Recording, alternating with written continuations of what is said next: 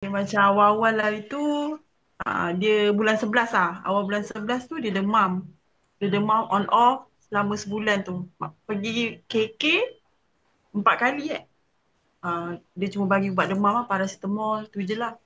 Yang kali keempat kita pergi tu, dia nampak perut Akra ni tegang, buncit tertegang.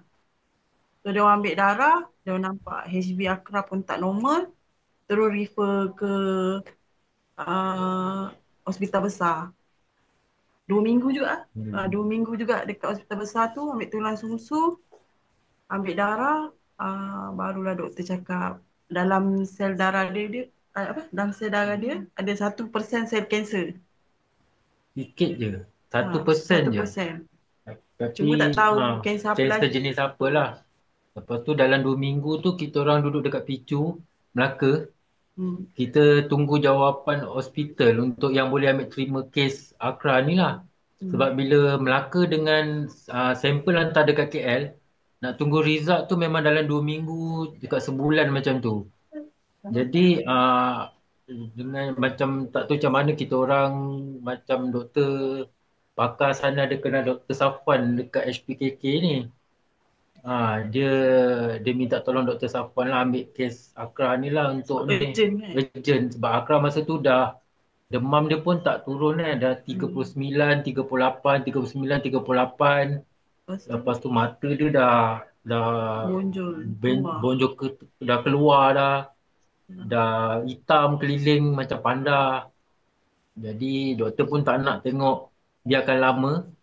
Jadi dapat aja jawapan daripada HPKK terus kita orang Urgent. hantar ambulans hantar terus ke sini lah ke Ke bulan 12 HPKK. lah tu. Jadi maknanya daripada mula Bahasa ya, bulan November tu awal November ke Ha ah. awal Awal November November. tu dia dah mula Hmm. demam. Ya Hmm. betul. Kaki so- sakit, tak boleh Tak, jalan. jadi lepas sepanjang tahun lepas tahun 2024 itu kali pertama dia demam teruk macam tu ke atau macam mana? betul. Pertama. Dia ada demam tapi demam kita bagi paracetamol, bagi ubat demam, dia okey. Elok lah. Ha. Lepas tu start 2024 juga tahun lepas tu sebelum dia kena awal tahun tu adalah dia mengadu kaki dia lenguh. Dia macam kaki dia nak kita urut je macam ni kita picit Ha. je kaki dia. Ha. Urut dia macam tu. Jadi ingat bila kita pergi KK masa bulan 11 dia demam tu, doktor sana bagi tahu ini normal pembesaran untuk budak-budak umur macam dia. Dia punya organ tu membesar jadi tu yang akan rasa macam sakit. Jadi masa tu mak saya yang bawa, saya dekat JB kerja. Jadi kira bila dengar macam tu mak saya kata okey lah kan.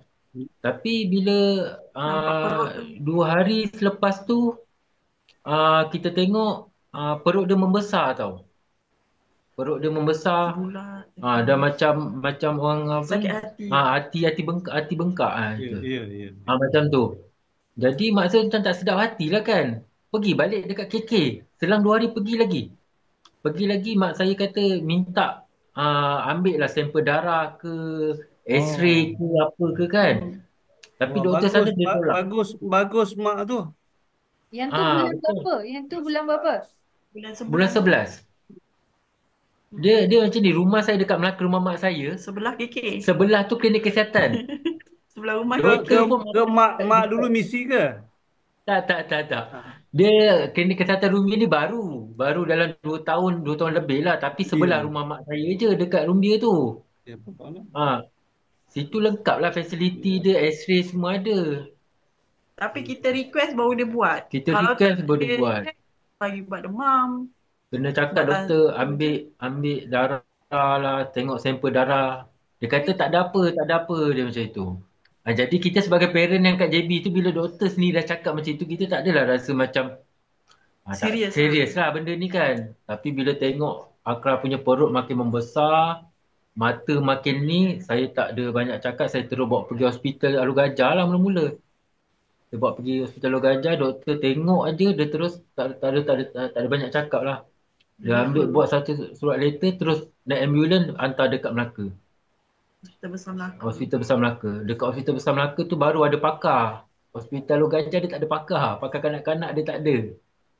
Lepas tu dekat Hospital Melaka dalam bulan 11 tu, Hujung bulan 12. hujung bulan 11 tu barulah dia ambil, mula-mula dia ingat demam biasa ke apa ke kan, kena Virus. virus ke apa ke macam tu. Sebab sana alat dia nak untuk detect kanser ni tak ada. Sampel semua dia kena hantar kat KL. KL dengan JB Ya, kan? ya. KL dengan JB je. Tu yang kita tunggu kat sana lama lah juga. Sampai Akra, kita dah bawa HPKK ni, kira Akra dah dapat, dah teruk lah. Stage 4. Dah stage 4 lah. Dah teruk. Jadi kita, Memang Dr. Low tengok pun, terus tak ada cakap banyak, terus kemo. Kemo terus semua benda tu keluar. Nampaklah tengok Akra teruk lah, tak sanggup tengok dia masa tu. buat Tengok. MRI tu yang nampak ketumbuhan belakang hidung dengan atas ginjal tu. Tapi ketumbuhan yang dekat hidung tu lebih besar daripada dekat atas ginjal. So diorang terus buat operation dekat belakang hidung ni. Tapi ada masalah pula, bleeding, Dah tak tak berhenti. berhenti. Masuk ICU seminggu. Pakai Ditidurkan tip lah. lah.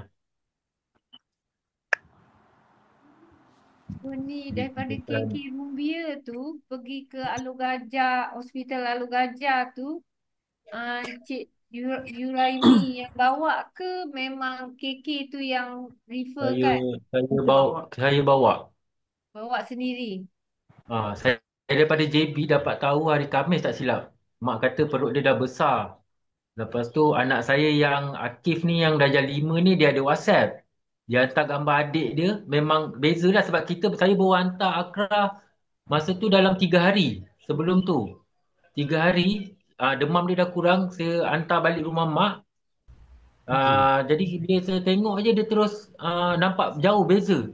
Anak saya ni bukan benda biasa. Saya balik dengan Umar, saya naik motor, saya balik dengan Umar daripada JB tu, balik naik motor, ambil anak terus bawa pergi Hospital Lu Gajah. Dekat Hospital Lu Gajah, doktor kata macam benda ni bukan kes biasa. Kita terus refer hospital besar lah, Hospital Besar Melaka. Terus bawa pergi Hospital Besar Melaka. Cerita dia mula tahun lepas bulan 12. Dalam 18 hari bulan 12 tu anak saya mengadu dia kena buli kat sekolah. Jadi kita bawa pergi balai lah, buat report apa semua. So sekolah ni nak sebut pun dia sekolah kluster juga. Sekolah kebangsaan. Darjah 1 Darjah 2. Darjah 2. Dia kena masa darjah 1. Sekarang ni Darjah 1. umur dia darjah 2 lah. Darjah 2. So jadi masuk hospital seminggu. Kesan dia kena buli tu. Jadi dekat hospital tu hari-hari dia ngadu dekat doktor, dia ngadu dekat nurse, dia cakap kawan dia kacau dia, pukul dia, pijak buku dia, tolak dia. Jadi selama seminggu tu saya memang 100% percaya lah memang dia kena buli lah. Lepas keluar seminggu tu dia balik semula. Lepas tu dia balik sekolah je mesti ada muntah. Muntah, lepas tu dia ngadu pening kepala. Lepas tu saya dengan isteri pun dah rasa pelik juga. Benda ni macam berlanjutan. Kemudian saya balik kampung. Lepas habis rawatan hospital tu saya balik kampung, balik Johor. Jadi jumpa dengan keluarga. Jumpa keluarga kat kampung pun tengok setiap hari lah boleh katakan dia muntah setiap pagi. Tu jadi saya jadi macam risau. Muntah dia tu memancut. Ya. Muntah dia meleleh. Dia muntah keluar isi makan. Tak, dia memancut ke depan ataupun dia meleleh je. Dia mancut ke depan. Mancut. Itu memang antara simptom kanser otak memang macam tu lah. Kalau ini jangan untuk pengetahuan yang lain juga, kalau ada ahli keluarga atau kawan-kawan yang ada anak yang muntah, biasanya waktu pagi dan muntah dia tu memancut terus. Betul. Jadi itu biasanya adalah antara tanda-tanda ada ketumbuhan dalam otak. Ataupun masalah lain lah. Selain daripada ketumbuhan pun dia boleh masalah lain juga. Okey, teruskan Cik Benjamin. Saya ada bawa pergi klinik swasta. Jadi klinik swasta ni dia kata anak saya pertama ialah gastrik ataupun ada keracunan makanan. Tapi benda tu dah berlanjutan sampai 3, 4, 5 hari. Jadi lepas habis cuti kat kampung tu saya balik KL semula, saya start kerja. Jadi hari pertama saya kerja tu dia muntah lagi. Saya tak sedar hati, saya bawa dia pergi klinik Mediviron dekat KL ni. Jadi ada satu doktor India tu, dia kata anak saya ada mengadu sakit kat belakang kepala. Doktor India tu suggest suruh bawa pergi pakar kanak-kanak. So besoknya tu hari Selasa, seminggu sebelum nak habis tahun 2024 tu, saya pergi HPKK lah. HPKK dekat kecemasan belakang tu, doktor sarankan buat MRI. Lepas tu 31 hari bulan 12, hujung tahun betul, dalam pukul 2 petang. Doktor beritahu anak saya ada ketumbuhan dekat pangkal dia punya otak. Jadi saya dengan Omar macam tak percaya lah. Memang down sangat. Memang sedih lah. Satu HPKK ni doktor dia direct. Dia tak ada tapis-tapis. Dia terus cakap. Dia beritahu anak saya ada tempoh hayat. Ada jangka hayat 9 hingga 12 bulan lah jangka hidup dia. Jadi saya dengan rumah terus memang sangat down lah. Saya beritahu satu keluarga. Beritahu orang kampung. Orang kampung pun tak boleh terima sebab yelah dia orang pun macam menyalahkan kami kenapa jadi macam ni, ada pukul anak ke ada apa. Sebab anak saya sepanjang hidup dia saya tak pernah pukul dia. Tak pernah cederakan dia, tak pernah. Dia pun kat sekolah pun saya tak tahulah dia ada jatuh ke macam mana ke. Dekat rumah dia alhamdulillah dia okey. Jadi bila saya tanya doktor, ada satu doktor dekat HPKK tu, Doktor Low. Doktor tu cakap benda ni bukan sebab hentakan, bukan sebab pukul, tapi benda ni satu dalam 1000 orang. Maksudnya otak dia tu ada lebihan cecair.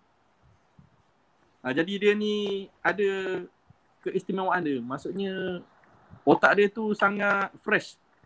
Dia keluarkan cecair sendiri sampai dia punya pangkal otak tu jadi mengembang. Jadi doktor HPK Ceras, dia bagi solution untuk sakit ni, untuk perawatan sembuh tu tak ada, tapi dia bagi untuk keselesaan lah. Mengawal perkembangan pertumbuhan tu. Jadi buat radioterapi, tapi saya tengok sama juga. Benda tu makin progress. Doktor cakap benda ni memang sangat laju lah. Dalam Malaysia ni benda ni memang sangat rare lah benda ni. Terima kasih Cik Effendi. Kita memang turut darulah atas maklumat tu. Cumanya kalau ikut pengalaman kami sejak tahun 2007 dulu menyantuni kawan-kawan yang anak ada berbagai jenis pertumbuhan ataupun masalah kanser. Memang kadang-kadang ada keadaan yang memang anak tu memang nampak tu memang macam tak ada harapan. Tetapi dengan izin Allah bila dirawat dengan betul, ya, memang ada yang pulih, memang ada yang sihat, ada yang pulih, ya. Jadi kita mampu sekarang ni ialah untuk pertamanya berikhtiar dengan pastikan dia dapat rawatan yang terbaik. Jadi dah berada dekat hospital pakar kanak-kanak UKM ni sebenarnya antara tempat yang terbaik lah untuk buat rawatan kanser untuk kanak-kanak ni di Malaysia lah. Yang keduanya ialah apa tu, kita sendiri punya usaha kita ialah dari segi doa kita kan, amalan kita. Itulah sebenarnya, dan menjaga dia. Nanti saya wrap up balik lah. Saya wrap up balik untuk semua orang. Yang 1% tu tak perlu rawatan kemo lagi. Lepas tu dia selalu demam. Lepas tu doktor kita dah follow up kat HUKM, selalu ambil darah 4 bulan sekali kan. Lepas tu nampak dia punya kanser. So doktor buat bone marrow sekali lagi lah. Buat bone marrow sekali lagi, persen kanser dia naik 17%. Lepas tu doktor suruh buat kemo lah. Lepas trial 7 bulan itu baru start kemo yang pertama lah. Kan baru habis lah, baru habis yang sektor pertama. Kimia jenis apa? Tahu ingat tak? Saya tak ingat lah yang apa tadi. Saya ada tulis. M Tak ke ingat. Ya. L ke Ah, AML? ALL rasanya.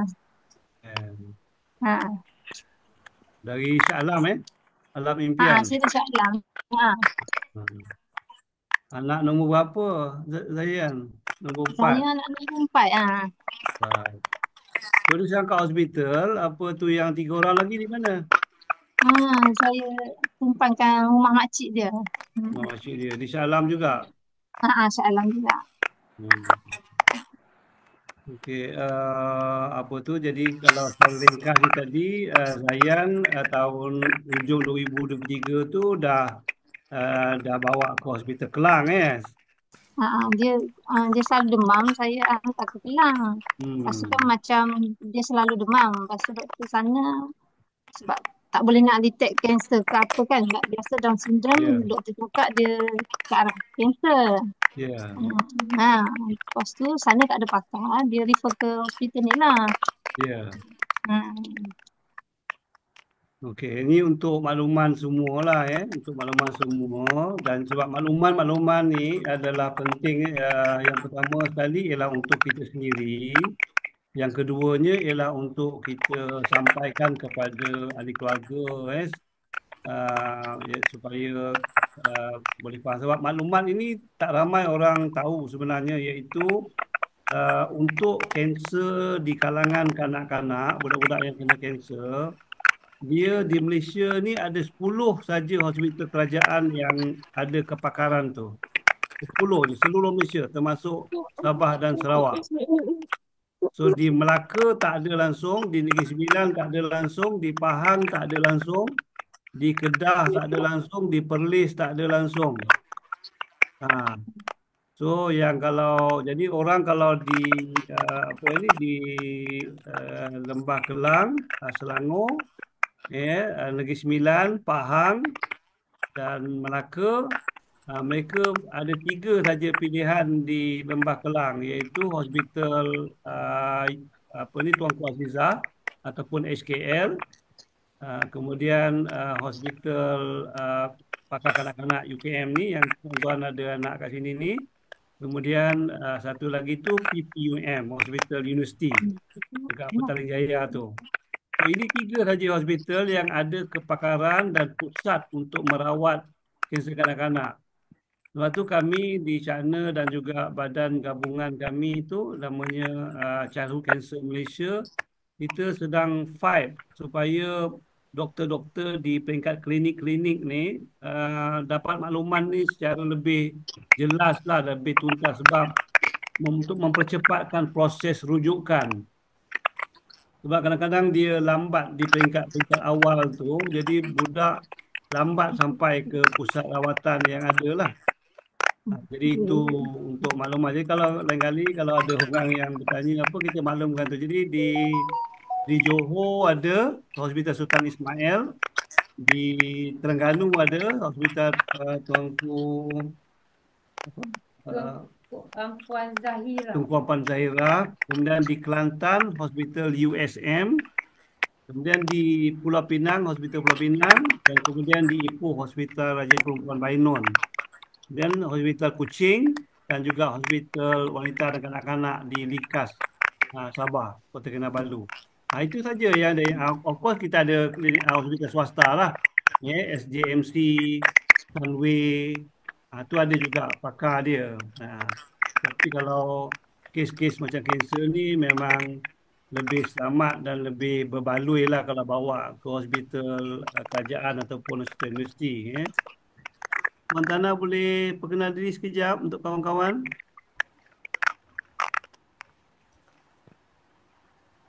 Selamat petang semua. Petang. Dekat tempat kerja ke? Kat hospital ke? Ada kat rumah. Kat rumah. Okey. Belum tak pakai tudung lagi Ya. Tak, selalu dia orang tak buka kamera sebab tak pakai tudung. Bukan, ni budak-budak ni. Okey, tak apa. Kita tahu Puan Tana. Okey, ini Puan Tana seorang jururawat juga dan juga seorang sukarelawan Cakna yang aktif Okey, Puan Tana, perkenalkan diri sikit cerita sikit tentang anak untuk kawan-kawan lain tahu. Okey, nama saya Tan Leshmi. Anak saya bernama Mati Watani. Sekarang dia berumur 6 tahun. Tengah pergi ke prasekolah lah. Masa dia kena kanser ni umur dia 3 tahun. Dia kena ALL, leukemia. So far sekarang dia dah habis rawatan on antibiotic Bactrim je untuk 6 bulan. Kita memang banyak berterima kasih kepada Tuhan dulu. Lepas tu under medication kita memang follow up ikut arahan doktor. Memang setiap kali appointment memang wajib kita akan pergilah. Tak ada yang default. Jadi bila saya seorang nurse, benda ni mula-mula memang tak dapat terima juga. Lepas tu saya tengok anak saya, lepas tu kuatkan diri saya jugalah. Bila kita kuat, anak kita pun akan jadi kuat. Saya yang tu je. Sebab kita yang kena bagi positif mind untuk anak. Jangan cakap yang negatif-negatif lah. Biarkan Tuhan ada. Jadi memang saya percaya pada Tuhan. Memang saya yakin lah satu hari akan okey semua. Setiap kali saya doa pun memang saya doakan semua anak-anak yang saya pernah nampak dekat HQM tu. Memang doa sekali untuk semua lah. Harap semua sehat semua. Okay, Bismillahirrahmanirrahim. Assalamualaikum warahmatullahi wabarakatuh. Nama saya Adam Irfan. Umur sekarang 19. Saya duduk kat Shah Alam juga. Sama tempat dengan yang tadi kata Alimpian. Saya pun duduk kat Alimpian. Saya kena diagnose waktu tahun 2020 dekat SMC also. Tapi saya dapat second opinion from HUKM sebab HPKK waktu tu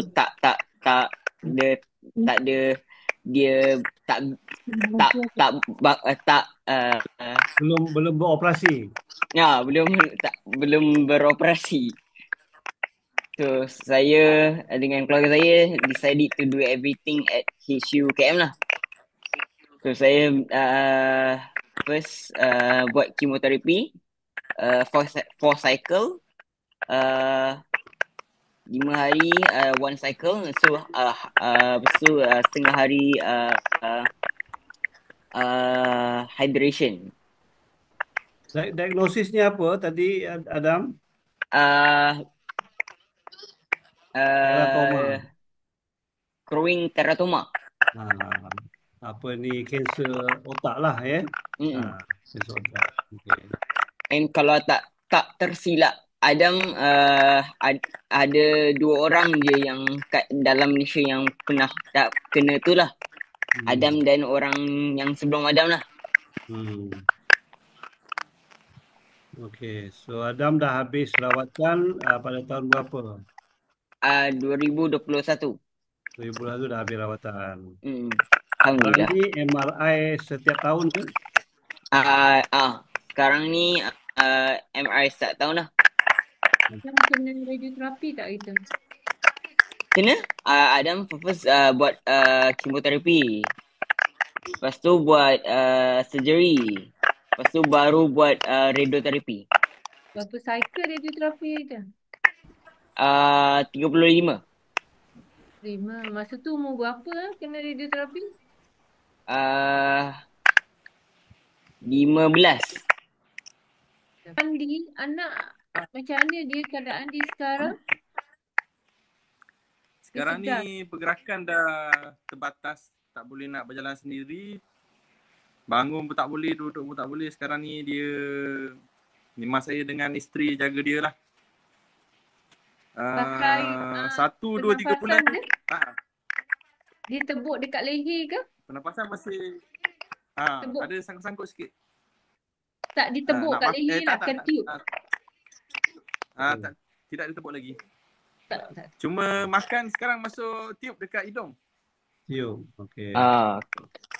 Dah jalan susu dah.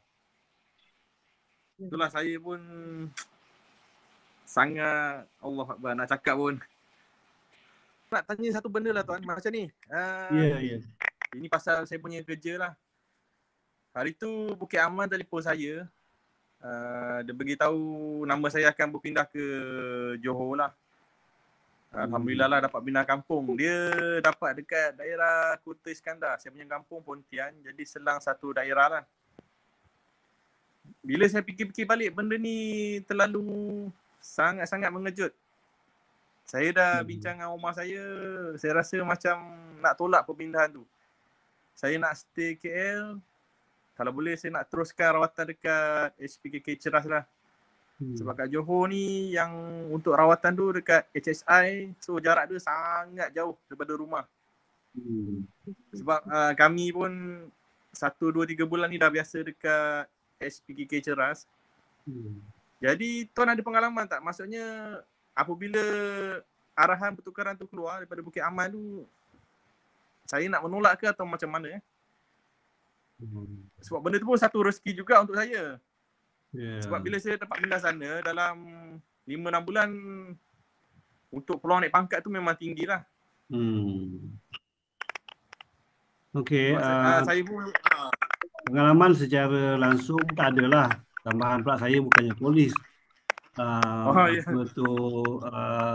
Namun saya rasa budi bicara terletak kepada pihak pengurusan. Ya, dalam apa-apa bidang pun budi bicara terletak, dia bukannya macam apa kita panggil benda yang nak ambil contoh senang kan, orang yang kena hukum gantung pun kadang-kadang boleh tangguh lagi. Yelah betul.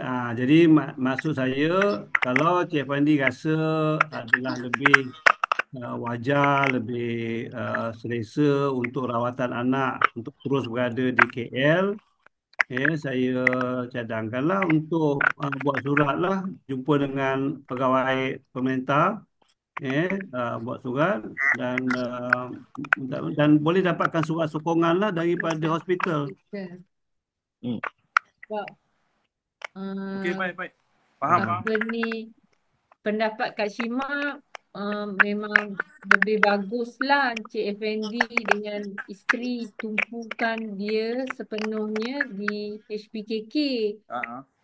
Pasal diagnostik dia macam tu kan. Kalau nak pindah ke HSI ambil masa lagipun jauh. Jadi lebih baik memang kena beritahu bahagian HR ke atau ketua jabatan sendiri. Ni adik dia? Ni anak saya yang baru 3. Yelah, adik dia ke abang dia? Yang sakit tu abang dia. Ni adik dia. Yang sakit tu abang dia. Itulah, jadi apa tu tentang hai, ni Atok. Apa tu, kalau tentang rezeki tu, insyaAllah Allah akan gantikan yang lebih baik lah. Ya, jangan bimbang sangat betul ya. Kita tumpukan satu-satu. Saya pun sedih juga rasa macam tu. Tapi saya percaya rezeki saya, anak saya tu rezeki saya. Ya, betul. Anak tu rezeki kita betul. Tapi memang sedih lah, banyak benda berlaku sangat mengejut. Jadi macam ni pun terkejut. Itulah saya pun. Yalah, anak siapa tak sayang, semua orang sayang anak. Bila jadi macam ni saya fikir, kenapa je saya yang tak kena, kenapa anak yang kena. Tapi kita siapa nak salahkan Tuhan, kita makhluk je. Assalamualaikum Cik Syah dan semua parents. Okey, silakan Puan Intan. Saya di sini sekadar memberi sokongan kepada parents yang ada, sebab saya pun dah kehilangan anak sebenarnya. Cuma saya sangat yakin ibu dan ayah dalam ni semua kuat-kuat. Dan saya macam agak terkesan dengan Encik Effendi. Saya ada satu cerita yang nak dikongsikan, pengalaman saya sendiri. Saya rasa Dr. Loh antara doktor yang terbaik yang saya pernah adalah sepanjang anak saya dapatkan rawatan di HPKK. Sebenarnya masa saya pun dalam keadaan Cik Fendi juga sangat down, sangat sedih bila anak saya didiagnos menghidapi kanser, dan saya rasa Dr. Loh adalah doktor yang sangat suportif, dan dia selalu sebab Dr. Loh kurang bercakap dengan saya sebab saya agak emosional. Dia banyak cakap dengan suami saya lah biasanya. Tapi saya nampak cara Dr. Loh ni adalah dia pernah cakap dengan saya, ada satu ayat ni dia kata, "We help you to prolong the life." Walaupun anak saya masa tu dalam keadaan dia, kita tak tahu sebab dah tak ada treatment pada anak saya masa tu. Sebelum kita ke Singapore untuk further treatment. Tapi dia kata selagi mana kita boleh bantu untuk prolong the life, kita akan buat. Maksudnya dekat situ saya nampak lah doktor-doktor dekat situ walau macam mana pun keadaan patient tu dia berusaha untuk membantu sebenarnya.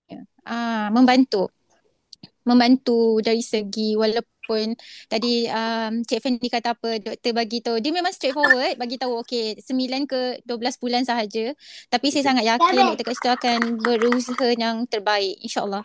Sebab kita kena tahu kita pun ada Tuhan juga. Kita doktor dia bagi tu secara saintifik lah kan, secara dia, tapi kita ni kena banyak berdoa lah insya-Allah. Dan saya yakin ibu-ibu, bapa-bapa dalam ni pun kuat-kuat semuanya. Sebab saya pun pernah menghadapi situasi bila saya nampak hospital tu pun dada saya pun duduk-duduk juga, sebab saya pernah duduk di ICU selama hampir 6 bulan. Saya duduk di ward sekejap je, dalam seminggu 2 minggu macam tu saya banyak menghabiskan masa saya dengan anak saya di ICU sebab anak saya memang tak boleh keluar daripada ICU langsung. Tapi anak saya dah meninggal lah. Saya sekadar di sini sekadar memberi sokongan pada semua ibu dan ayah dalam ni. InsyaAllah saya yakin semuanya kuat-kuat. InsyaAllah bersama-samalah kita doa yang terbaik untuk anak-anak semua. Sebab saya pun ada rasa macam sedih, terharu, terkesan dengan setiap cerita daripada parents-parents dalam ni. InsyaAllah saya pun doakan yang terbaik untuk semua. Assalamualaikum semua. Salam. Selamat malam. Saya Kak Zuriana, anak saya Elisha menghidapi brain cancer medulloblastoma. Dah lebih kurang 10 tahun yang lalu lah, 2014. Jadi dah menjalani pelbagai rawatan, diikuti dengan rehabilitasi yang panjang lah, dan anak saya dah pulih dari kanser Alhamdulillah. Cuma dia keadaan fizikalnya dia terpaksa berkerusi roda lah sampai sekarang, dan ada juga complication yang lain juga akibat kanser dan rawatan kanser. Jadi itulah saya pun ni rasa emosional juga walaupun kita pernah mengalami dahulu kan. Tapi bila mendengar cerita ibu bapa pesakit baru, memang sangat kesan lah dalam hati kan. Dan memang kita mendoakan supaya dipermudahkan semua urusan rawatan kan. Dan kita teruskan apa saya nak kata, teruskanlah perjuangan kita ni memberi rawatan yang sewajarnya kepada anak kita kan. Jangan sekali-kali berputus asa, teruskan rawatan, ikut jadual rawatan. Sebab tugas kita ialah berusaha. Yang menentukan segala-galanya ialah Allah. Yang memberi kesembuhan pun Allah, dan sekiranya andai kata ada yang tewas ke bukan tewas lah kan, itu ialah ketentuan Allah juga, yang pasti ada hikmah lah di sebaliknya. Saya mengharapkan semua ibu bapa terus tabah dan kuatkan hati, dan dapatkanlah sokongan, dan keluarga terdekat perlu sangat berikan sokongan, dapatkan sokongan daripada mereka juga. Jangan segan-segan dan malu lah untuk meminta pertolongan, sebab mungkin masa ni masa kita kan memerlukan, dan ada masa kita pula akan membantu orang lain. Macam saya, selepas anak saya pulih, saya menyertai Cakna Sebab untuk sama-sama lah memberikan bantuan dan sokongan apa yang termampu kepada pesakit, ibu bapa dan keluarga pesakit-pesakit yang baru. Hmm. Sebolehnya kita kongsikanlah pengalaman uh, dan seboleh-bolehnya kita memang nak bantulah dari pelbagai cara. Jadi jangan segan untuk reach out kepada persatuan. Boleh hubungi kami lah pada bila-bila masa, insya-Allah. Sebenarnya apa yang Kak Shima buat, memang Kak Shima lebih banyak baca Quran masa Kak Cik uh, apa ni koma hampir 4 bulan, vegetative state, ya. Akak cakap dengan suami, biar akak mengaji, bantu dia dalam keadaan macam ni, supaya bila dia meninggal dunia, dia dengar suara ibu dia sentiasa mengaji. Ini yang akak buat sekarang. Dengan baca Quran tu boleh bukan memulihkan dia, tapi juga memulihkan akak sekali. Orang nampak kita, orang suruh sabar, orang suruh reda, tapi kita yang menghadapnya bukan perkara mudah. Jadi antara antara uh, aktiviti, antara program yang bagus yang akak nampak sekarang adalah Raudah Jiwa tu banyak membantu akak. Ya. Jadi saya nanti kalau ada program tu lagi, tak tahu berapa bulan, Dr. Faiza akan highlight, masuklah program tu. Kerana walaupun kita ada bantuan-bantuan, kalau sekarang ni untuk yang betul-betul memerlukan, kita ada bantuan sara hidup RM350 sebulan, dan kita akan bagi untuk 6 bulan selagi anak tu masih dalam rawatan, ya.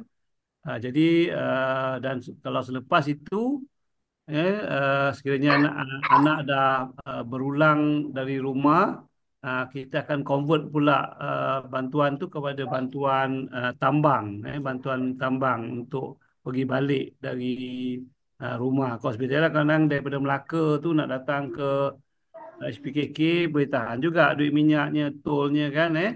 Itu ada, tapi itu nanti selepas bantuan sara hidup. Tadi Cik Yuraimi tadi ada kan.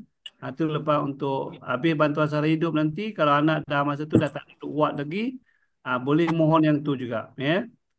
Proses dia mudah untuk bantuan kewangan ni. Prosesnya cakap dengan doktor ataupun terus pergi ke JKSP, Jabatan Kerja Sosial Perubatan dekat tingkat 1. Ya, beritahu pada mereka yang tuan-puan memerlukan bantuan daripada Cakna. Nanti mereka akan buatlah dia punya prosedur dia untuk membuat penilaian.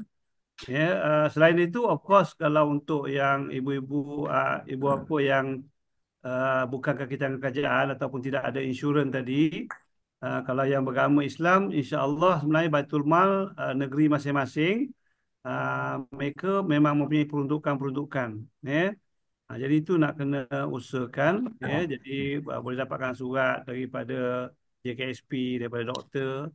Jadi kita kena ikhtiar. Jadi dalam keadaan sekarang ni, jangan seganlah untuk mendapatkan sokongan selain daripada yang Puan Zu kata tadi, untuk dapatkan sokongan daripada ahli keluarga yang terdekat khususnya. Inilah masanya untuk kita sama-sama. Okay, dan juga jangan lupalah dengan kawan-kawan yang senasib yang ada dalam grup kita, Super Mom, Super Dad tu. Jadi boleh di situ. Dan last but not least daripada saya, untuk tuan-tuan yang memang sedang berada di hospital ataupun yang selalu ke hospital, santunilah kawan-kawan di bilik-bilik sebelah tu, di bilik-bilik sebelah tu, sebab apabila tuan-tuan dan perempuan menyantuni mereka, menyapa mereka, mereka lebih mudah menerima daripada orang luar yang datang. Kalau macam kami ni, kami juga adalah orang yang terlibat secara langsung dan pernah mengalaminya. Tapi sebab kita tak nak duduk kat situ, kita dah tak duduk kat kuat tu. Kalau dulu masa kami di hospital sebelah, hospital Chancellor Chris ataupun HUKM kata Adam Irfan tadi, keadaan fizikal hospital tu berbeza sebab kami tak ada bilik. Kalau masuk bilik tu problem maknanya. Sebab yang kalau di HUKM dulu dia kalau masuk bilik tu ialah kalau ada demam atau komplikasi itu masuk bilik. Kalau tidak kami duduk di katil yang hanya di apa ni diasingkan dengan tabir lah dengan lansir. Ya, kita tutup majlis lah kita tutup majlis. Saya ucapkan Terima kasih banyak. terima kasih kepada semua. Kalau ada apa-apa nak tanya apa semua boleh je masuk dalam grup pun boleh. Ataupun tanyalah mana-mana yang ada dalam komunikasi tak ada masalah itu saja kita tutup majlis dengan tasbih kifarah dan surah Al-Asr.